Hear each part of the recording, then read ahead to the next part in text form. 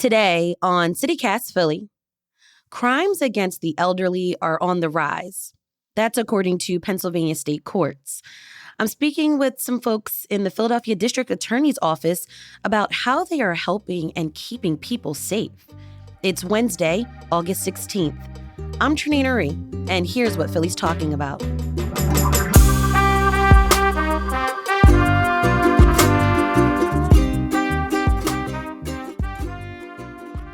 Alex Blumenthal, you're the supervisor of the Elder Justice Unit in the Philadelphia District Attorney's Office.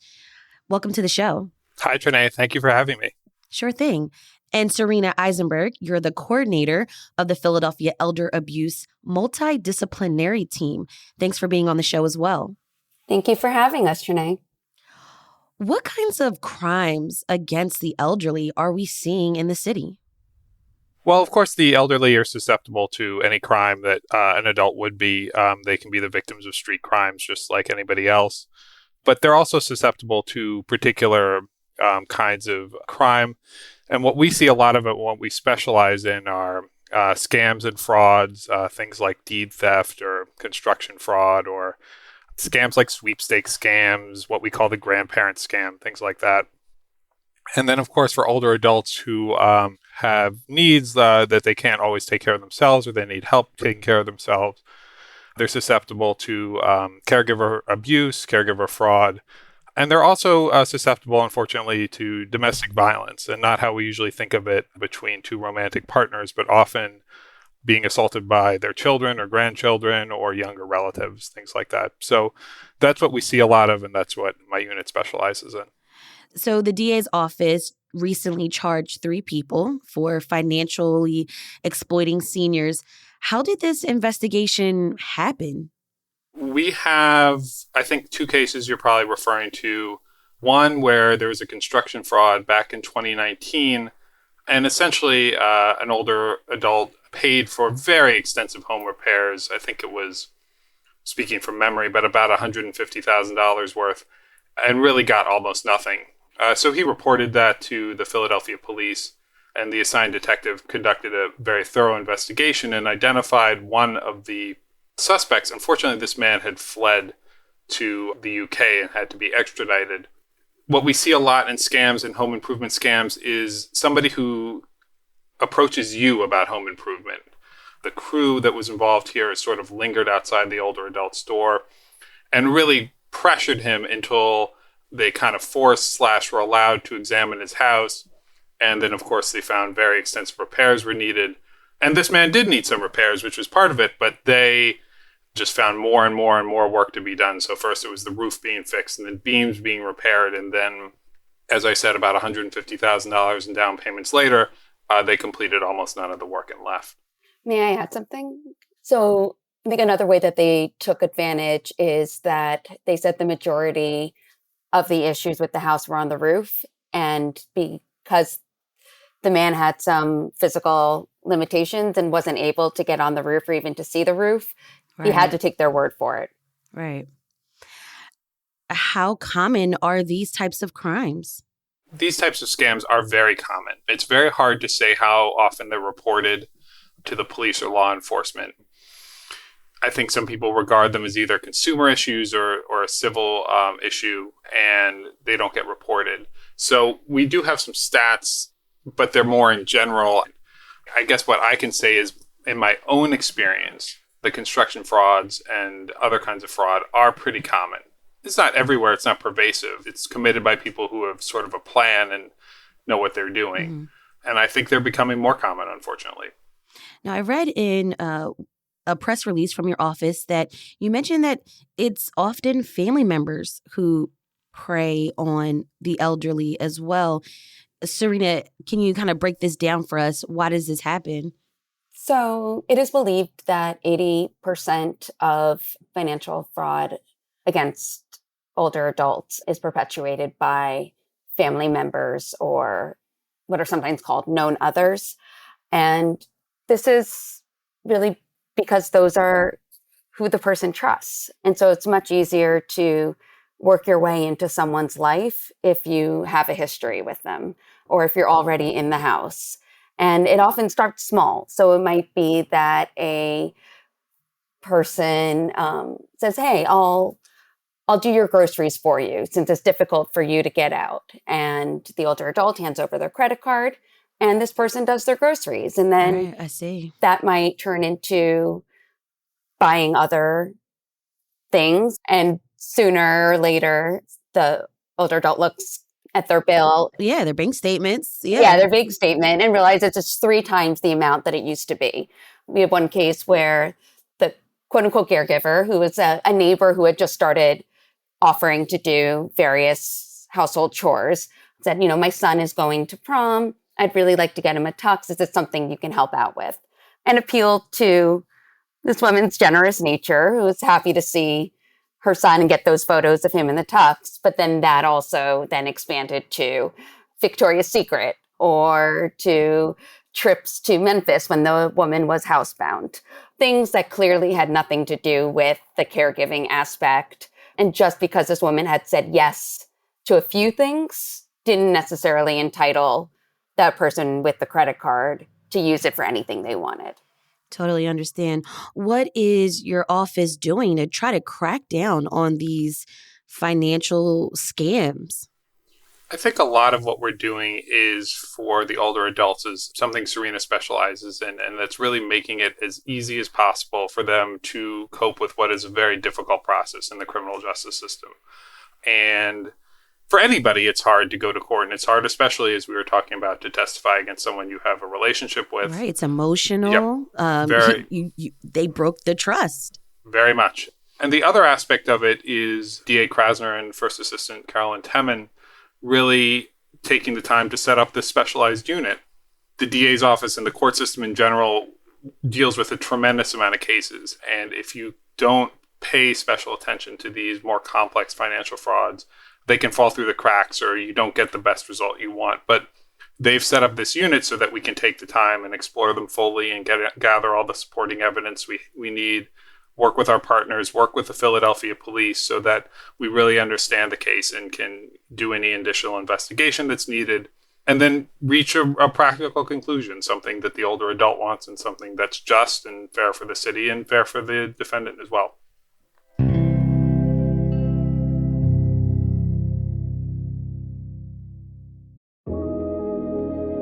Hey there. We've got a different kind of news to share. It's someone's birthday, our birthday. CityCast Philly is turning 1, so we had to have a party. Join us on August 30th at 6 p.m. at the Indy Hall Clubhouse in Northern Liberties. We're going to tape an episode of the show featuring Conrad Benner of the Block Streets Department, Afia Tucker from The Trace, and CityCast Philly arts and culture contributor Charles Tyson Jr. Then we're going to hang out for a bit, have some drinks and refreshments for you. And guess what? It's all free. But to get in, you have to let us know you're coming.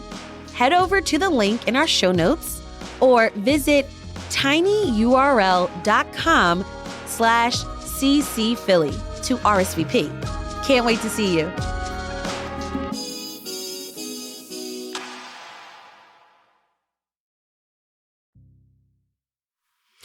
Alex and Serena, we've talked about financial crimes. Are there other types of crimes that are experienced by older Philadelphians that come across your desk? The saddest ones are really, I find, and the ones I find the hardest to, I guess, just litigate are the ones where a child or a grandchild has attacked their parent. And these are almost always cases where the defendant has mental health issues or has drug abuse problems, or often both.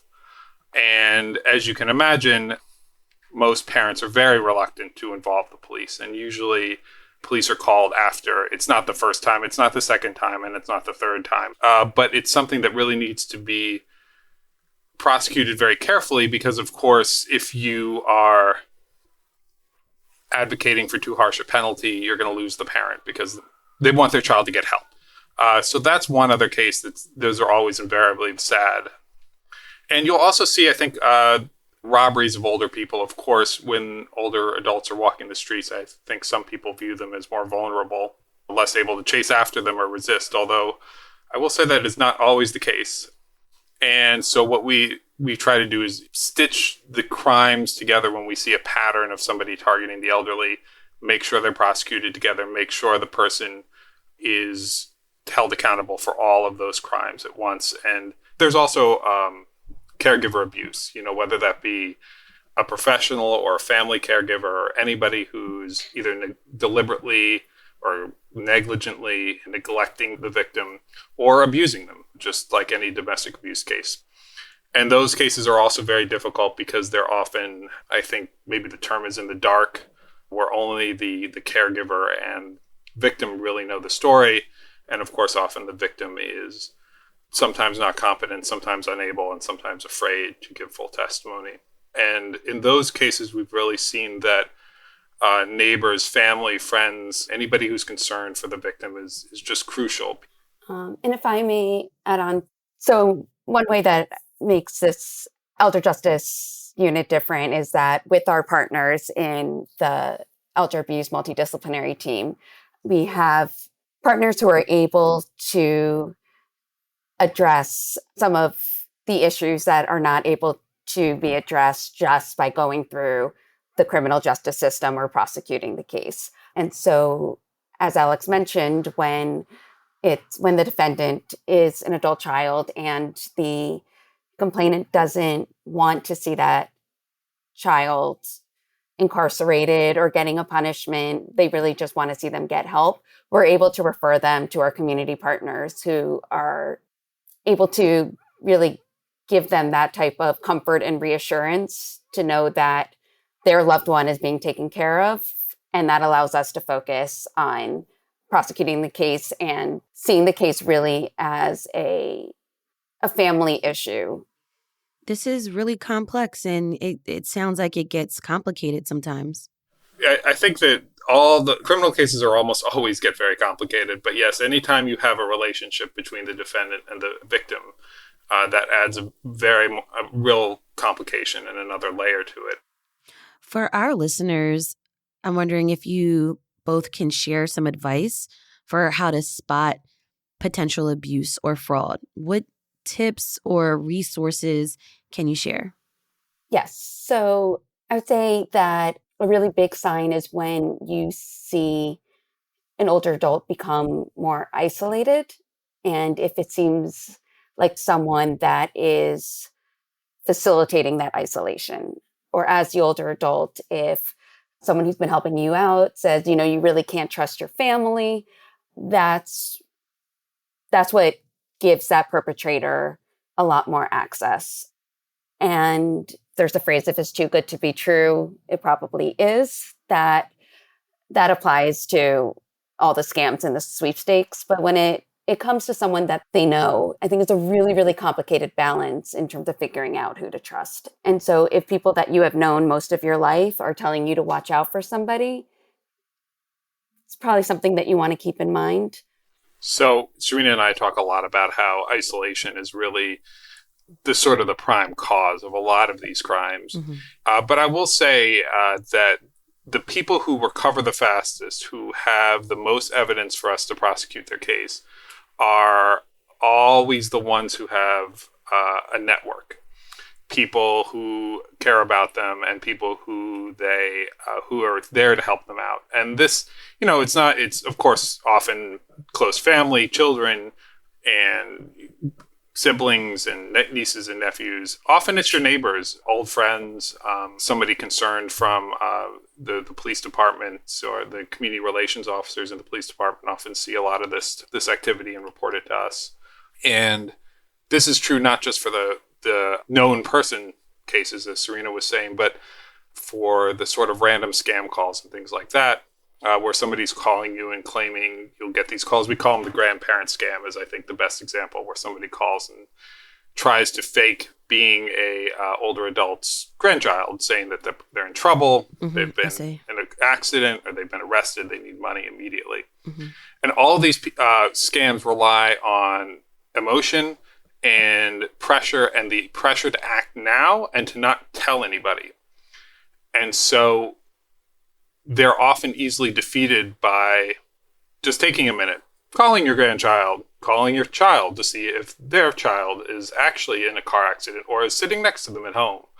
And even more so is, even if you miss that initial opportunity to reach out for help, the refusal to, I think, be embarrassed by being scammed or exploited or abused is very important, because a lot of the abusers and perpetrators rely on that embarrassment to continue and to expand it and to get more money. Say, is this too good to be true? Communicate about it, and don't let the embarrassment work to the perpetrator's advantage. Yeah. And it's never the victim's fault. And so we are not here to blame you. We are just here to help. All right. That was Alex Blumenthal, supervisor of the Elder Justice Unit in the Philadelphia District Attorney's Office, and Serena Eisenberg, coordinator of the Philadelphia Elder Abuse Multidisciplinary Team. Thank you both so much for joining me on CityCast Philly. Thank you, Trinae. Thanks, Trinae. We really appreciate it. We'll have information about how you can contact the Elder Justice Unit, along with a ton of other resources for older adults in our show notes.